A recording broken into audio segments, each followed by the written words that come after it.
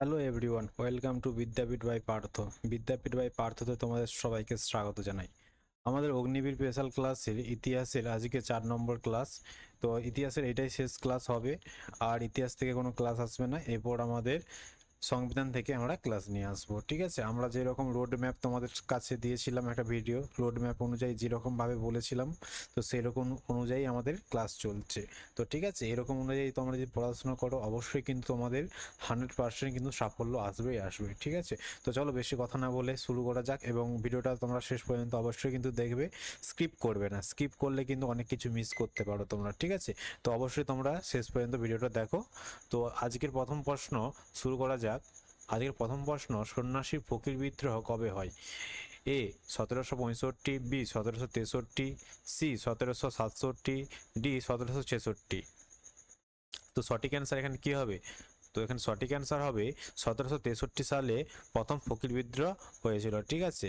আচ্ছা, দেখো আমি লিখেছি যে এটা 1763 থেকে 1800 পর্যন্ত কিন্তু এই বিদ্রোহটা চলেছিল। এটা কৃষকরা করেছিল কাদের বিরুদ্ধে? না, ইংরেজদের বিরুদ্ধে অবশ্যই।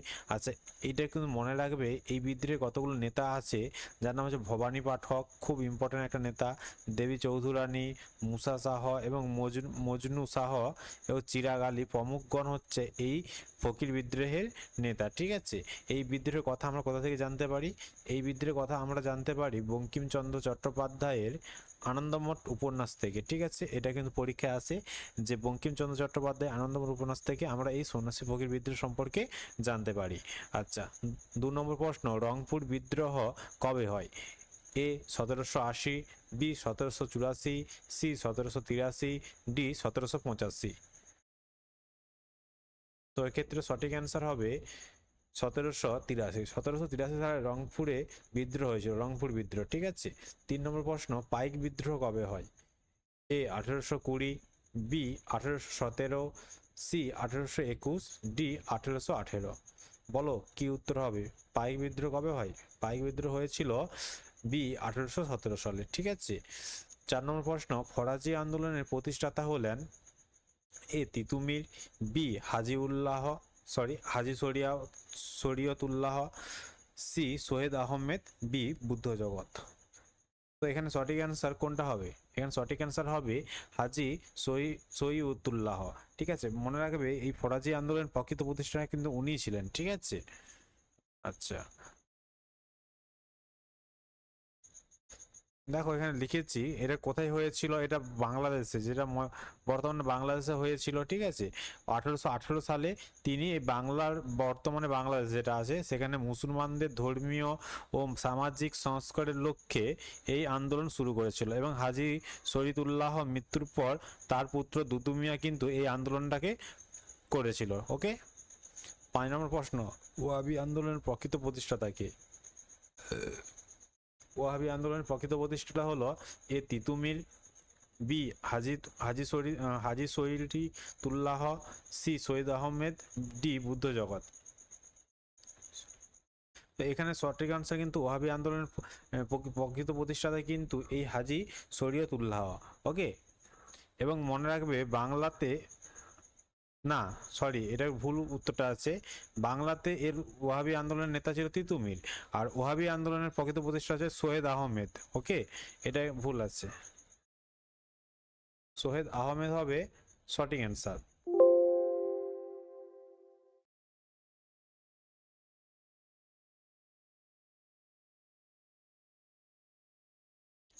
আচ্ছা, সৈয়দ আহমেদ ওহাবী আন্দোলনের প্রকৃত প্রতিষ্ঠাতা।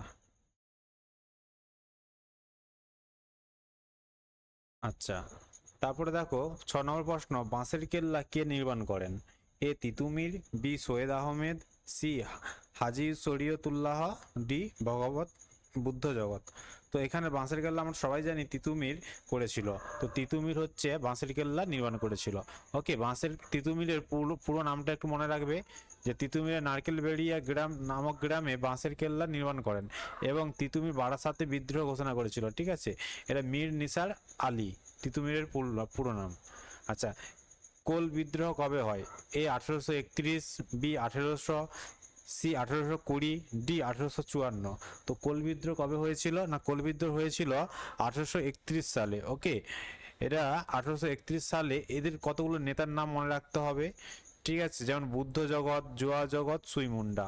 তো খুব ইম্পর্টেন্ট, নেতাগুলোর নাম অবশ্যই মনে রাখতে হবে। প্রশ্ন দিয়ে দেয় যে বুদ্ধ জগৎ কোন বিদ্রোহের সঙ্গে যুক্ত, বা জোয়া জগৎ কোন কোন বিদ্রোহের সঙ্গে যুক্ত, প্রশ্ন কিন্তু তোমাদের চলে আসে, ঠিক আছে। আচ্ছা, 8 নম্বর প্রশ্ন, চুয়ার বিদ্রোহ কবে হয়? এ 1768, বি 1754, সি 1720, ডি 1854। আচ্ছা, আমি কতগুলো অপশন ভুল বলেছি, 1768, 1854, 1720 এবং 1854 হবে, ঠিক আছে। আচ্ছা, তো এক্ষেত্রে সঠিক অ্যান্সার কোনটা? এক্ষেত্রে সঠিক অ্যান্সার 1768। ওকে, চুয়ার বিদ্রোহ 1768 সালে হয়েছিল। 1768 থেকে 69 পর্যন্ত হয়, আবার পুনরায় 1798 থেকে 1799 পর্যন্ত এই যুদ্ধ চলে থাকে। ওকে, 9 নম্বর প্রশ্ন, সাঁওতাল বিদ্রোহ কবে হয়? এ 1855, বি 1854, সি 1859, ডি 1845। তো সাঁওতাল বিদ্রোহ হয়েছিল 1855 সালে, ঠিক আছে। 1850 সালে সাঁওতাল বিদ্রোহ হয়েছিল। তো এর দুটো নেতার নাম কিন্তু আমাদের মনে রাখতেই হবে, যে সবচেয়ে ফেমাস নেতা সিধু কানহু এবং চাঁদ ভৈরব, ঠিক আছে। এবং এই বিদ্রোহটি 1855 এবং 56 সালে হয়েছিল। আচ্ছা, 10 নম্বর প্রশ্ন, মুন্ডা বিদ্রোহ কবে শুরু হয়? এ 1899, বি 1867, ডি সি 1857, ডি 1889। তো মুন্ডা বিদ্রোহ অবশ্যই কিন্তু হয়েছিল 1899 সালে। ওকে, দেখো 1899 থেকে 1900 পর্যন্ত কিন্তু এই বিদ্রোহ হয়ে থাকে, এবং এই বিদ্রোহের একজন বিখ্যাত নেতার নাম হচ্ছে বিরসা মুন্ডা। এটা কিন্তু ইম্পর্টেন্ট রয়েছে, পড়ে রাখবে যে মুন্ডা বিদ্রোহের নেতার নাম কি, বিরসা মুন্ডা, বা বিরসা মুন্ডা কোন বিদ্রোহের সঙ্গে সম্পর্কযুক্ত? তো অবশ্যই কিন্তু মুন্ডা বিদ্রোহ। 11 নম্বর প্রশ্ন, ইউরোপীয় বণিকদের মধ্যে কারা সর্বশেষ ভারতে আসে? সরি, এটা তো আমরা সেই আগের ক্লাসের একটা প্রশ্ন রয়ে গেছে এখানে। তো অবশ্যই কিন্তু এটা সঠিক অ্যান্সার কিন্তু কি হবে, ফরাসিরা এসেছিল, ঠিক আছে। আচ্ছা, 11 নম্বর প্রশ্ন আমরা দেখে নেব, নীল বিদ্রোহ কবে হয়? এ 1858, বি 1860, সি 1758, ডি 1759।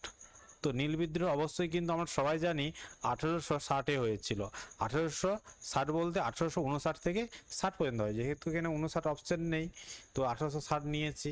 তো 1859 থেকে 60 পর্যন্ত এই বিদ্রোহ চলেছিল, নীলকরদের অত্যাচারকে কেন্দ্র করে এই বিদ্রোহ হয়েছিল। এবং এই বিদ্রোহের দুজন নেতার নাম অবশ্যই কিন্তু দেখে রাখবে, সেটা হচ্ছে বিষ্ণুচরণ বিশ্বাস এবং দিগম্বর বিশ্বাস। এবং 1860 সালে দীনবন্ধু মিত্র নীল দর্পণ নাটকের মাধ্যমে নীল চাষিদের চাষিদের অত্যাচারের কথা তুলে ধরেছিল। ওকে, এবং 1863 নাগাদ এই বিদ্রোহ শেষ হয়, এবং এই বিদ্রোহের সময় হিন্দু প্যাট্রিয়ট এবং সোমপ্রকাশ পত্রিকা নীল চাষিদের পাশে দাঁড়িয়েছিল।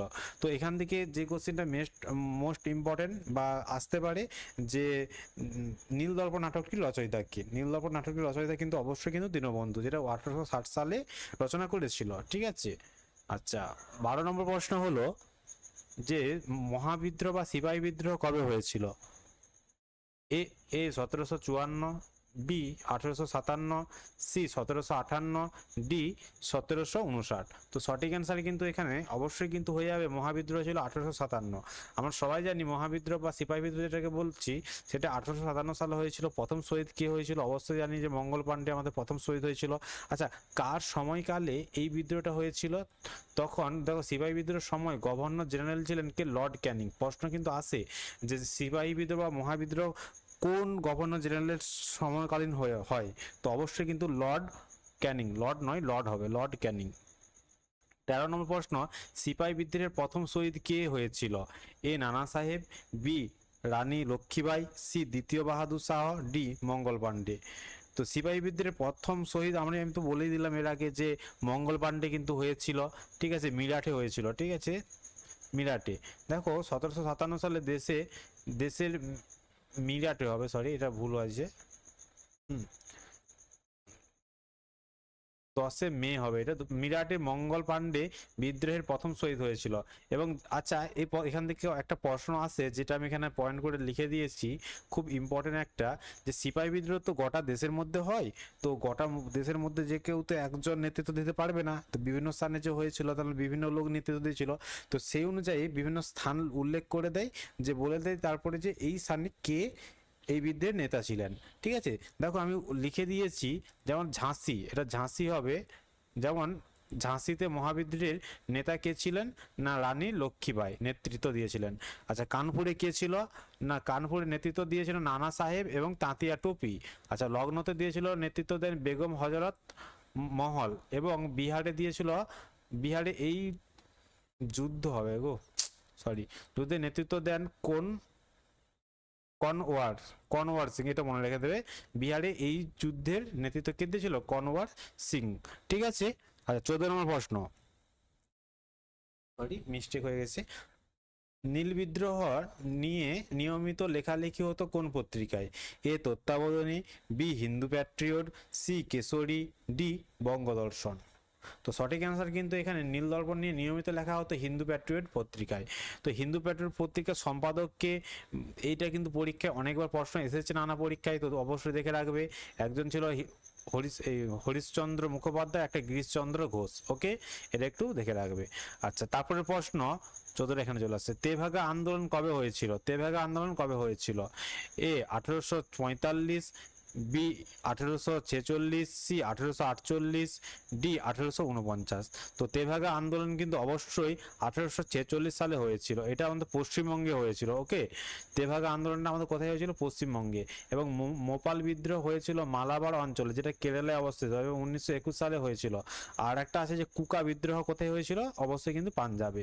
এগুলো মনে রেখে দেবে, এই নোটসগুলো একটু পড়ে নেবে। ওকে। আচ্ছা, তারপরে প্রশ্ন 1857 অর্থাৎ 1857 বইটি কার রচনা? ঠিক আছে, 1857 বইটি কার রচনা? এ সুরেন্দ্রনাথ সেন, বি সুকুমার রায়, সি রবীন্দ্রনাথ ঠাকুর, ডি দাদাভাই নৌরোজি। তো অবশ্যই কিন্তু 1857 বইটি লেখা সুরেন্দ্রনাথ সেনের। ওকে। 17 নম্বর প্রশ্ন, মাই এক্সপেরিমেন্ট উইথ ট্রুথ বইটি কার লেখা? আচ্ছা, এ Arvind Ghosh, B doctor Rajendra Prasad, C Balgangadhar তিলক, ডি মহাত্মা গান্ধী। তো এখানে কিন্তু মাই এক্সপেরিমেন্ট উইথ ট্রুথ এই বইটি কিন্তু আমাদের গান্ধীজির লেখা। ওকে, গান্ধীজির লেখা এই বইটি। আচ্ছা, গান্ধীজি কিন্তু কতগুলো পত্রিকা প্রকাশনা করতেন, সে পত্রিকাগুলোর নাম আমাদেরকে অবশ্যই জেনে রাখা উচিত। একটা হচ্ছে হরিজন, একটা হচ্ছে ইয়ং ইন্ডিয়া এবং ইন্ডিয়ান ওপিনিয়ন। এই সমস্ত পত্রিকাগুলো মহাত্মা গান্ধী সম্পাদক ছিলেন। আচ্ছা, ইয়ং ইন্ডিয়ার সম্পাদক আই থিঙ্ক অ্যানিমেশন ছিল।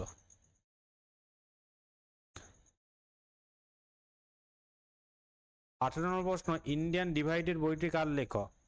এ অরবিন্দ্র ঘোষ, বি রাজেন্দ্র প্রসাদ, সি বালগঙ্গাধর তিলক, ডি মহাত্মা গান্ধী। তো ইন্ডিয়ান ডিভাইডেড বইটি অবশ্যই লিখেছে ডক্টর রাজেন্দ্র প্রসাদ। ওকে। তারপরে প্রশ্ন, উইংস অফ ফায়ার বইটি কার লেখা? স্যার এপিজে আব্দুল কালাম, লালা লাজপত রায়, দাদাভাই নৌরোজি, নেতাজি সুভাষচন্দ্র বসু। তো উইংস অফ ফায়ার বইটি মনে রাখবে স্যার এপিজে আব্দুল কালামের লেখা একটি বই। ওকে। আচ্ছা, তারপর প্রশ্ন, ভারতের প্রথম সংবাদপত্রের নাম কি? খুব ভেরি ভেরি ইম্পর্টেন্ট একটা প্রশ্ন। এ Bengal gazette, B Samachar Darpan, C দিগদর্শন, ডি বঙ্গদর্শন। তো অবশ্যই সঠিক অ্যান্সার, ভারতের প্রথম সংবাদপত্রের নাম ছিল কি, না বেঙ্গল গ্যাজেট। ওকে। আচ্ছা, অবশ্যই কিন্তু দেখে রাখবে নোটসে লেখা আছে 1780 সালে জেমস আগাস্টাক হিকি এই পত্রিকাটি প্রথম কলকাতায় প্রকাশ করেছিল। তো অবশ্যই কিন্তু মনে রাখবে যে প্রথম সংবাদপত্র যে বেঙ্গল গেজেট, তার সম্পাদক কে ছিল? James Augustus Hicky. ওকে। পরের প্রশ্ন, বাংলা ভাষায় প্রথম সাপ্তাহিক পত্রিকার নাম কি? A Bengal Gazette, B Samachar Darpan, C Digdarshan, D Bangadarshan. তো অবশ্যই সঠিক অ্যান্সার এক্ষেত্রে হয়ে যাবে সমাচার দর্পণ। ওকে, বাংলা ভাষায় প্রথম সাপ্তাহিক পত্রিকা কিন্তু সমাচার দর্পণ। এই সমাচার দর্পণের সম্পাদক কে ছিল? সম্পাদক ছিল জন ক্লার্ক মার্চম্যান। ওকে, জন ক্লার্ক মার্চম্যান ছিল এর সম্পাদক। আচ্ছা, এটা মনে রাখবে যে সমাচার দর্পণ হলো বাংলা ভাষা প্রথম সাপ্তাহিক পত্রিকা এবং দিগদর্শন হলো বাংলা ভাষায় প্রথম মাসিক পত্রিকা। ওকে। আচ্ছা, দেখো আমি এখানে কিছু লিস্ট দিয়ে দিচ্ছি যে পত্রিকার নাম এবং তাদের সম্পাদকের নাম। ঠিক আছে, এইটা কিন্তু অবশ্যই এতটাই ইম্পর্টেন্ট। এই ছকটা আমি দুটো ছক দিয়েছি এখানে, এইটা একটা ছক আর একটা দিচ্ছি পরে, তো এটা কিন্তু ভেরি ভেরি ইম্পর্টেন্ট। এই ছকটা তোমাদের পড়লে এখান থেকে এর এর থেকে এর বাইরে প্রশ্ন আসবে না, ঠিক আছে? এখান থেকে কোনো যদি পত্রিকার নাম আসে তো এখানেই আসবে, এই কোটাই। দেখো নিউ ইন্ডিয়া অ্যানিমেশন, আচ্ছা ঠিক আছে, নিউ ইন্ডিয়াটা অ্যানিমেশন হবে, সেটা ঠিকই বলেছিলাম যে ইয়ং ইন্ডিয়া গান্ধীজির লেখা পত্রিকা। আচ্ছা নিউ ইন্ডিয়া অ্যানিমেশন কেশরী বালগঙ্গাধর তিলক, ওকে। তো এগুলো কিন্তু অবশ্যই তোমরা একবার পড়ে নেবে। আচ্ছা দেখো আরেকটা লিস্ট দিয়েছি তোমাদের জন্য, এটা বিভিন্ন গুরুত্বপূর্ণ প্রতিষ্ঠান এবং প্রতিষ্ঠাতার নাম, ঠিক আছে? যেমন ব্রহ্ম সমাজ, আত্মীয় সমাজ, ঠিক আছে, কারা প্রতিষ্ঠা করে এইটা, যেমন এই যে ব্রহ্ম সমাজ, আত্মীয় সমাজ রাজারাম মোহন রায়, আর্য সমাজ হচ্ছে দয়ানন্দ সরস্বতী, প্রার্থনা সমাজ আত্মারাম পাণ্ডুরঙ্গ। তো অবশ্যই কিন্তু এইটা তোমাদেরকে মুখস্থ করতে হবে, ঠিক আছে? তো এই দুটো আমার ছক দিলাম, এই দুটো ছক অবশ্যই কিন্তু মুখস্থ করবে, তাহলে তোমাদের অবশ্যই কিন্তু এখান থেকে একটা তো কোশ্চেন আসবেই, আসলে এখান থেকেই চলে আসবে, ওকে। পরের প্রশ্ন, প্রথম তরাইনের যুদ্ধ কবে হয়? এ 1191, বি 1192, সি 1195, ডি 1196। তো সঠিক অ্যান্সার এখানে অবশ্যই কিন্তু 1191 সালে প্রথম তরাইনের যুদ্ধ হয়। দ্বিতীয় তরাইনের যুদ্ধ কিন্তু 1192 হয়েছিল, এটা আমি লিখে দিয়েছি। কাদের মধ্যে হয়েছিল সেটাও লেখা আছে, একটা হচ্ছে পৃথ্বীরাজ চৌহান আর মোহাম্মদ ঘুরির মধ্যে এই প্রথম তরাইন এবং দ্বিতীয় তরাইনের যুদ্ধ হয়েছিল, ওকে। আচ্ছা পরের প্রশ্ন, চতুর্থ ইঙ্গ মহীশূরের যুদ্ধ কবে হয়? এ 1799, বি 1765, সি 1798, ডি 1795। বলো সঠিক অ্যান্সার কি হবে? তো অবশ্যই কিন্তু সঠিক অ্যান্সার এখানে হয়ে যাবে 1799 সালে চতুর্থ ইঙ্গ মহীশূরের যুদ্ধ হয়েছিল, ওকে। আচ্ছা আমি লিখে দিয়েছি এখানে কার মধ্যে কার হয়েছিল, একটু মনে রেখে দেবে, টিপু এবং ইংরেজদের মধ্যে প্রথম হয়েছিল এই চতুর্থ ইঙ্গ মহীশূরের যুদ্ধটা। আচ্ছা 25 নম্বর প্রশ্ন, পুনা চুক্তি কবে হয়? ভেরি ভেরি ইম্পর্টেন্ট, প্রশ্নটা এভাবেও আসতে পারে যে পুনা চুক্তি কাদের মধ্যে হয়েছিল। তো আমি দিয়ে দিচ্ছি, নোটস থেকে নেবে। 1930, 1931, 1933, 1932। সঠিক অ্যান্সার কি হবে? সঠিক অ্যান্সার অবশ্যই কিন্তু 1932 সালে, ওকে। তো তোমরা কিন্তু মিলিয়ে দেখবে যে তোমরা কতগুলো পারছো কি পারছো না, ওকে। আচ্ছা দেখো এটা কাদের মধ্যে হয়েছিল? বি আর আম্বেদকর এবং গান্ধীজির মধ্যে কিন্তু এই পুনা চুক্তিটি প্রথম হয়েছিল, ওকে। আচ্ছা 26 নম্বর প্রশ্ন, কোন অধিবেশনে বন্দে মাতরম গান গাওয়া হয়েছিল?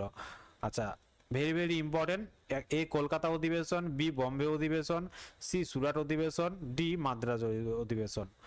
তো কোন অধিবেশনে বন্দে মাতরম গান প্রথম গাওয়া হয়েছিল? অবশ্যই কিন্তু কলকাতা অধিবেশন। এই পরীক্ষা এইটা কিন্তু এই জাস্ট রিসেন্ট 2026-এ যে পরীক্ষাটা হলো তোমার গ্রুপ সি মনে হচ্ছে, ওই পরীক্ষাতে এসেছিল প্রশ্নটা, ঠিক আছে। তো এটা 1896 সালে বন্দে মাতরম গানটি কলকাতা অধিবেশনে প্রথম গাওয়া হয়, এটা গাওয়া হয়েছিল। এবং ওই অধিবেশনে সভাপতিত্ব কে ছিলেন? না রহিমাতুল্লাহ এম সাহানি। আচ্ছা এটা কিন্তু প্রশ্নটা হচ্ছে জাতীয় কংগ্রেস থেকে হয়েছে, তো জাতীয় কংগ্রেস থেকে কিন্তু প্রশ্ন আসে। তো আমি কিন্তু একটা স্পেসিফিক দুদিনের মধ্যে জাতীয় কংগ্রেসের রিলেটেড একটা আমি ভিডিও নিয়ে আসবো, যেখানে শুধু আমি জাতীয় কংগ্রেসটা একটু বড়, ঠিক আছে, তো শুধু জাতীয় কংগ্রেসে আলোচনা হবে, সেটা টপিক ওয়াইজ। তো সেই ক্লাসটা কিন্তু অবশ্যই দেখবে, জাতীয় কংগ্রেস থেকে কিন্তু অনেক কোশ্চিন হয়, অনেক, ঠিক আছে। আর এবং যতগুলো কোশ্চিন হয় সবগুলোই ইম্পর্টেন্ট, আর সবগুলোই কিন্তু পরীক্ষায় আসে। একটা এমন নয় যে যে এখান থেকে জাস্ট এই কটাই আসে এমন নয়, প্রতিটা প্রশ্নই কিন্তু জাতীয় কংগ্রেস থেকে প্রশ্ন আসে। তো তার জন্য আমরা কিন্তু এই 2-3 দিনের মধ্যে একটা জাতীয় কংগ্রেসের রিলেটেড একটা আমি স্পেসিফিক ভিডিও নিয়ে আসবো, যেখানে শুধু আমি জাতীয় কংগ্রেস সম্পর্কেই পড়াবো, ওকে। আচ্ছা 27 নম্বর প্রশ্ন, কোন অধিবেশনে পূর্ণ স্বরাজ শব্দটি ব্যবহার করে? আচ্ছা এখান থেকে যতগুলো তোমরা কোশ্চিন দেখবে ততগুলো কোশ্চিনই বেশিরভাগ কোশ্চিনটা হচ্ছে আমাদের এই জাতীয় কংগ্রেস থেকেই নেওয়া হয়েছে। তো ঠিক আছে দেখো এই ক্ষেত্রে উত্তরটা বলো কি হবে? A Surat, B Kolkata, C Allahabad, D Bombay. বলো কোন অধিবেশনে পূর্ণ স্বরাজ শব্দটি ব্যবহার করে? তো অবশ্যই কিন্তু এইটা হবে আমাদের সুরাট অধিবেশনে পূর্ণ স্বরাজ, সরি এটা কিন্তু পূর্ণ স্বরাজটা সুরাট অধিবেশন হবে না, এটা ভুল আছে, এখানে অপশনেই নেই, অপশনে তো আলাদা হচ্ছে না। তো 1 মিনিট তোমরা একটু দাঁড়িয়ে যাও।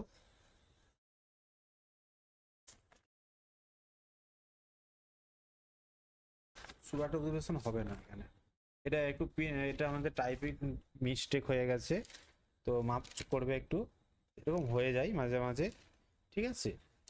তো আমি ঠিক করে দিচ্ছি, আমি বলে দিচ্ছি ঠিকঠাক কি হবে। আচ্ছা আমি ঠিক করে দিচ্ছি, সুরাট অধিবেশনটা হবে না, পূর্ণ স্বরাজটা অবশ্যই কিন্তু এটা লাহোর অধিবেশন হবে, লাহোর তো কোনো অপশনেই নেই, ঠিক আছে। আচ্ছা এটা কিন্তু ভুল, এটা ভুল, অপশন ভুল, ঠিক আছে, এটা লাহোর হবে।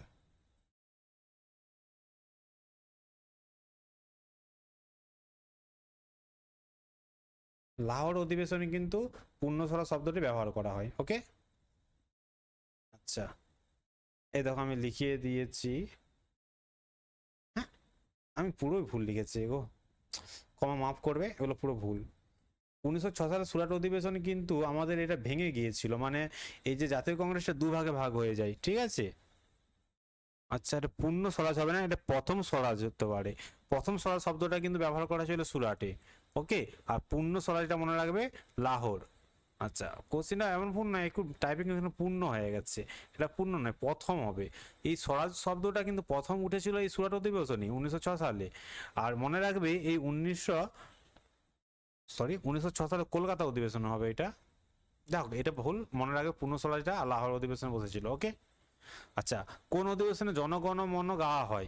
এ Kolkata, B Meerut, C Haripura, D Lahore. বলো আমাদের জাতীয় সঙ্গীত জনগণ মন অধিনায়ক জয় হয়, এই গানটা কোন অধিবেশনে প্রথম গাওয়া হয়েছিল? তো অবশ্যই কিন্তু এটা কলকাতা অধিবেশনেই প্রথম গাওয়া হয়েছিল, ঠিক আছে, 1911 সালে, একটু মনে রেখে দেবে, কলকাতা অধিবেশনে গাওয়া হয়েছিল। এবং এই যখন গাওয়া হয় মানে এই কলকাতা অধিবেশনের সভাপতি তখন কে ছিল, না ছিল ভীষণ নারায়ণ ধর, ওকে এটুকু।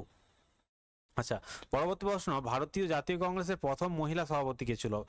একটা ভেরি ভেরি ইম্পর্টেন্ট প্রশ্ন, ভিভিআই, যে ভারতীয় জাতীয় কংগ্রেসের প্রথম মহিলা সভাপতি কে ছিল? A Annie Besant, B Sarojini Naidu, C Pratibha Patil, D Indira Gandhi. তো অবশ্যই মনে রাখবে এটা হচ্ছে কিন্তু অ্যানি বেসান্ত। দেখো এখান থেকে দুটো জিনিস বুঝার আছে, ঠিক আছে, আমি যখন এটা তোমার স্পেসিফিক পড়াবো জাতীয় কংগ্রেসটা তখন আমি বলে দেব, তো তাও বলে দিচ্ছি এখন। দেখো আমাদের এখানে দুটো আমরা অধিবেশন, দুটো মহিলা, অনেকগুলো কিভাবে জিপে কিভাবে পাবো, কিন্তু এখান থেকে আমাদের যেটা পোস্ট পরীক্ষায় বেশি আসে সেটা হলো যে প্রথম মহিলা, ঠিক আছে, প্রথম যদি মহিলা বলে তখন কিন্তু আমি, ঠিক আছে, অ্যানিমেশন করব। কিন্তু যখন বলে ভারতীয় জাতীয় কংগ্রেসের ভারতীয় প্রথম মহিলা, মানে ভারতীয় প্রথম মহিলা বললে তখন হবে সরোজিনী নাইডু, ওকে। এখানে কি বললাম তাহলে, যে যদি বলে যে ভারতীয় জাতীয় কংগ্রেসের প্রথম মহিলা তাহলে অ্যানি বেসান্ত, আর যদি বলে যে, ভারতীয় জাতীয় কংগ্রেসের প্রথম ভারতীয় মহিলা তখন হবে এটা সরোজিনী নাইডু, ঠিক আছে, সরোজিনী নাইডু, যেটা হচ্ছে কানপুর অধিবেশন 1925 সালে হয়েছিল, আমি লিখে দিয়েছি আই থিঙ্ক, হ্যাঁ। দেখো 1917 সালে কলকাতা অধিবেশনে প্রথম মহিলা সভাপতি হয়েছিলেন অ্যানি বেসান্ত, এবং ভারতের প্রথম মহিলা যিনি জাতীয় কংগ্রেসের সভাপতি হয়েছিলেন তিনি হচ্ছেন সরোজিনী নাইডু, ওকে, গট ইট। আচ্ছা 30 নম্বর প্রশ্ন, কোন অধিবেশনে সুভাষচন্দ্র বসু প্রথম সভাপতি হন? সরি এখানে অ্যানিমেশন দিতে ভুলে গেছি, তো অবশ্যই উত্তরটা দেখেন হরিপুরা। দেখো সুভাষচন্দ্র বসু দুটো অধিবেশনে কিন্তু সভাপতি হয়েছিলেন, ঠিক আছে, একটা হচ্ছে হরিপুরা, একটা হচ্ছে ত্রিপুরী। হরিপুরা হচ্ছে প্রথম, যেটা হয়েছিল তোমার এই 1938 সালে হয়েছিল, আর তারপর 1939 সালে ত্রিপুরীতে হয়েছিল। তো যেহেতু এটা প্রথম সভাপতি বলেছে তো অবশ্যই কিন্তু হরিপুরা হবে, ওকে। আচ্ছা দেখি কি লিখেছি, দেখো ওই যে এইটা কিন্তু একটু মনে রাখবে, 1939 সালে পাট্টাভি সীতারামাইয়াকে পরাজিত করে কিন্তু দ্বিতীয়বারের মতো সভাপতি হয়েছিলেন, ওকে। আচ্ছা পরের প্রশ্ন, বেলেগাঁও অধিবেশন কত সালে হয়েছিল? এ 1857, বি 1954, সি 1978, ডি 1924। বলো বেলেগাঁও অধিবেশন কত সালে হয়েছিল? তো অবশ্যই কিন্তু এখানে সঠিক অ্যান্সার কিন্তু 1924 সালে বেলেগাঁও অধিবেশন হয়েছিল, যে অধিবেশনে কিন্তু একমাত্র গান্ধীজি প্রথমবার বা শেষবারের মতো এই সভাতেই কিন্তু তিনি সভাপতি করেছিলেন, আর কোনো সভাতে তিনি সভাপতিত্ব করেননি, ওকে। 32 নম্বর প্রশ্ন, আচ্ছা কি হয়ে গেল, 33-এ চলে গেছে। লাহোর অধিবেশন কে সভাপতিত্ব করেন? জওহরলাল নেহেরু, অবশ্যই জওহরলাল নেহেরু হবে, উত্তর তো পেয়ে যাচ্ছ। আচ্ছা এখান থেকে মনে হচ্ছে অ্যানিমেশনে কিছু গন্ডগোল রয়েছে, এগুলো আমি করি না, আমার একটা ভাই করেছে, তো তার জন্য সে সব গন্ডগোল করে দিয়েছে, ওকে। মাপ চাইছি একটু, তো আমি পড়ি দিচ্ছি। দেখো, লাহোর অধিবেশনের সভাপতিত্ব করেছিলেন জওহরলাল নেহেরু। ওকে, এবং মনে রাখবে এই যে অধিবেশনে বলেছিলাম না, এই অধিবেশনেই এই পূর্ণ স্বরাজের দাবিটা উঠেছিল। পূর্ণ স্বরাজের দাবিটা উঠেছিল কোন অধিবেশনে, প্রশ্ন আসে তখন বলবে লাহোর অধিবেশনে। লাহোর অধিবেশনে কত সালে হয়েছিল? 1829 সালে। 1829? হ্যাঁ, একদম গাধা রে, সে সবই ভুল করেছে। সরি, এটা 1929 সালে হবে। এটা 1929 সালে এই অধিবেশনটা হয়েছিল। ওকে, ভারতের জাতীয় কংগ্রেসের দ্বিতীয় সভাপতি কে ছিল? খুব একটা ইম্পর্টেন্ট প্রশ্ন। A Dadabhai Naoroji, B Badruddin Tyabji, C George Yule, D Rashbehari Ghosh. বলো কোনটা হবে? তো সঠিক অ্যান্সার কিন্তু অবশ্যই কিন্তু হয়ে যাবে দাদাভাই নওরোজি। দাদাভাই নওরোজি কিন্তু দ্বিতীয়, মানে ভারতীয় জাতীয় কংগ্রেসের সভাপতি ছিলেন। আচ্ছা, প্রথম ছিলেন আমরা সবাই জানি উমেশচন্দ্র বন্দ্যোপাধ্যায়, দ্বিতীয় ছিলেন এই 1886 সালে কলকাতা অধিবেশনে দাদাভাই নওরোজি ছিল দ্বিতীয়, আর প্রথম ছিল বম্বে অধিবেশনে উমেশচন্দ্র বন্দ্যোপাধ্যায় 1885 সালে। ওকে, আচ্ছা, পাঞ্জাব কেশরী নামে কে জনপ্রিয়? খুব একটা ইম্পর্টেন্ট প্রশ্ন। এ লালা লাজপত রায়, বি বাল গঙ্গাধর তিলক, সি বিপিন চন্দ্র পাল, ডি গোপাল কৃষ্ণ গোখলে। তো পাঞ্জাব কিশোরী নামে পরিচিত কিন্তু কে? লালা লাজপত রায়। ওকে, সঠিক অ্যান্সার লালা লাজপত রায়। আচ্ছা, পরের প্রশ্ন, ভারতের গ্র্যান্ড ওল্ড ম্যান কাকে বলা হয়? মানে বৃদ্ধ মানুষ, ভারতের সবথেকে বৃদ্ধ মানুষ কাকে বলা হয়? এ দাদাভাই নওরোজি, বি গোপাল কৃষ্ণ গোখলে, সি বালগঙ্গাধর তিলক, ডি সুরেন্দ্রনাথ বন্দ্যোপাধ্যায়। তো অবশ্যই কিন্তু সঠিক অ্যান্সার এখানে দাদাভাই নওরোজিকে বলা হয়ে থাকে ভারতের গ্র্যান্ড ওল্ড ম্যান। আচ্ছা, এখান থেকে একটা মনে রাখবে, এই যে গোপাল কৃষ্ণ গোখলে না, আমার যে ছক্কা দিচ্ছি লেখা আছে ওর সম্পর্কে কিছু, কিন্তু আরেকটা বলে রেখেছে যে গান্ধীজি, আমাদের যে গান্ধীজি কিন্তু রাজনৈতিক গুরু ছিলেন এই গোপাল কৃষ্ণ গোখলে। ওকে, আচ্ছা, মহাত্মা গান্ধী রাজনৈতিক গুরু কে ছিল? আচ্ছা, বলেই দিয়েছি, এর আগেই আমি বললাম, আর তারপরে কোশ্চেনটা দিয়ে দিচ্ছি। অবশ্যই কিন্তু এটা গোপাল কৃষ্ণ গোখলে হবে। আচ্ছা, পরের প্রশ্ন, ভারতের লৌহ মানব বলা হয় কাকে? এ বিপিন চন্দ্র পাল, বি লালা লাজপত রায়, সি বাল গঙ্গাধর তিলক, ডি সর্দার বল্লভভাই প্যাটেল। তো অবশ্যই কিন্তু সর্দার বল্লভভাই প্যাটেলকে লৌহ মানব আমাদের বলা হয়ে থাকে। আচ্ছা, অল ইন্ডিয়ান ট্রেড ইউনিয়ন কংগ্রেসের প্রথম অধিবেশনে কে সভাপতিত্ব করেন? এ বাল গঙ্গাধর তিলক, B Lala Lajpat Rai, C Sardar Vallabhbhai Patel, D Gopal Krishna Gokhale. তো অবশ্যই কিন্তু সঠিক অ্যান্সার এখানে Lala Lajpat Rai all Indian trade union কংগ্রেসের প্রথম সভায় সভাপতিত্ব করেছিলেন। ঠিক আছে, এটা কিন্তু ইম্পর্টেন্ট রয়েছে, প্রশ্নটা একটু দেখে রাখবে। আচ্ছা, যদি সাল জিজ্ঞেস করতে চাই যে কত সালে এটা হয়েছিল, তো এটা মনে রেখে দেবে, এটা 1920 সালে হয়েছিল। হুম, না না, 1920 সালে তিনি ওই তোমার আইএনসি অর্থাৎ ইন্ডিয়ান ন্যাশনাল কংগ্রেসের সভাপতি হয়েছিলেন। এটা মনে রাখবো, Lala Lajpat Rai all Indian trade কংগ্রেসের সভাপতি হন। আচ্ছা, সব ভুলভাল হয়ে যাচ্ছে। আচ্ছা, তারপর প্রশ্ন, ইন্ডিয়ান অ্যাসোসিয়েশন কে প্রতিষ্ঠা করেন? ইন্ডিয়ান অ্যাসোসিয়েশন কে প্রতিষ্ঠা করেন? তো উত্তর তো এখানে দেখতেই পাচ্ছ, সুরেন্দ্রনাথ ব্যানার্জি হবে। আজকে পিপিটিটা একটু খুব ভুলভাল হয়ে গেছে, তার জন্য মাপ চাইছি। তো অবশ্যই কিন্তু পিপিটিটা ভুল হলেও তো প্রশ্নগুলো মানে সাজানো ভুল হয়েছে, কিন্তু প্রশ্ন ঠিকই আছে। কোশ্চেন যে স্ট্যান্ডার্ডটা, তো তোমরা একটু ম্যানেজ করে নেবে আজকে। আমি অবশ্যই কিন্তু কাল থেকে যে এই যেমন এই ভুলটা যাতে না হয় তার জন্য আমি অবশ্যই কিন্তু খেয়াল রাখবো আমার কথাগুলো, ঠিক আছে?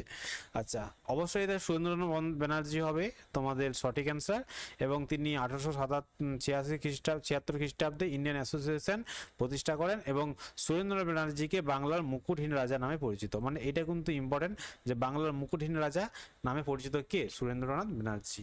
ওকে, আচ্ছা, 41, গান্ধীজি আফ্রিকা থেকে কবে ফিরে আসেন? এ 1915, বি 1918, সি 1917, ডি 1929। তো সঠিক অ্যান্সার কিন্তু এখানে অবশ্য হয়ে যাবে 1915 সালে গান্ধীজি আফ্রিকা থেকে ফিরে আসেন। ওকে, আচ্ছা, অসহযোগ আন্দোলন প্রত্যাহার করার কারণ কি ছিল? আমরা জানি অসহযোগ আন্দোলন শুরু করেছিল গান্ধীজি, তো সেটা প্রত্যাহার কেন করেছিল? এ আইন অমান্য আন্দোলনের জন্য, বি ভারত ছাড়ো আন্দোলনের জন্য, সি চোরাচুরি ঘটনার জন্য, না এদের মধ্যে কোনোটি নয়। তো অবশ্যই কিন্তু অসহযোগ আন্দোলন তুলে নেওয়া হয়েছিল চৌরাচৌরির ঘটনার জন্য। ওকে, আচ্ছা, এই যে লেখা আছে 1921 সালে চৌরাচৌরি ঘটনার পরিপ্রেক্ষিতে অসহযোগ আন্দোলন প্রত্যাহার করে নেয় গান্ধীজি। আচ্ছা, লবণ সত্যাগ্রহ কবে হয়? এ 1925, বি 1926, সি 1927, ডি 1930। তো এক্ষেত্রে সঠিক অ্যান্সার কিন্তু অবশ্যই তোমার হয়ে যাবে 1930 সালে লবণ সত্যাগ্রহ হয়েছিল। ওকে, আচ্ছা এবার থেকে কিন্তু আমাদের যে ইতিহাস তো আজকে শেষ হয়ে গেল পুরো টপিক ওয়াইজ আমাদের এমসিকিউ। তো এবারে কিন্তু আমরা ইতিহাস থেকে মিক্সড জিকে পড়বো, ঠিক আছে? শুধুমাত্র ইতিহাস থেকেই মিক্সড জিকে একটা ক্লাস আসবে, তো সেখানে মিক্সড। তো তোমরা যে এই ক্লাসগুলো করলে, যে আজকে 4টে ক্লাস যে তোমরা দেখছো, তো 4টে ক্লাস থেকে তোমরা কতটা পড়াশোনা করেছো তার জন্য কিন্তু সেই ক্লাসে বোঝা যাবে, ঠিক আছে? সেই ক্লাসে আমি 50টা কোশ্চেন নিয়ে আসবো মিক্সড, তো সেখানে দেখবো তোমরা কতটা তোমরা স্কোর করতে পারছো। ওকে, আচ্ছা চলো আজকে আরেকটা কোশ্চেন আছে যে নিউ ইন্ডিয়া পত্রিকাটির সম্পাদক কে ছিল? এ অ্যানিবেসন, বি গান্ধীজি, সি শিশির কুমার ঘোষ, ডি বঙ্কিমচন্দ্র চট্টোপাধ্যায়। তো অবশ্যই কিন্তু সঠিক অ্যান্সার এখানে অ্যানিবেসন হবে সঠিক অ্যান্সার। ওকে, তো আজকে এই কোশ্চেনেই আমাদের শেষ কোশ্চেন, আর কোনো কোশ্চেন নেই। তো পরবর্তীকাল মানে কাল থেকে তোমাদের অবশ্যই কিন্তু আমাদের সংবিধান শুরু হবে। ওকে, তো সংবিধান থেকে আমরা একটা ক্লাস দেব, তারপরে সংবিধান এবং ইতিহাস, আগে ইতিহাস থেকে একটা মিক্সড জিকে হবে, তারপরে সংবিধান আর ইতিহাস থেকে মিক্সড একটা, মানে দুটো সাবজেক্ট থেকে একটা মিক্সড জিকে আমরা করাবো। ওকে, তো চলো দেখা যাক কত দূর কি হয়।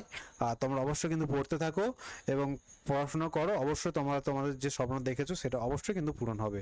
ওকে, জয় হিন্দ, সবাইকে ভালো থেকো।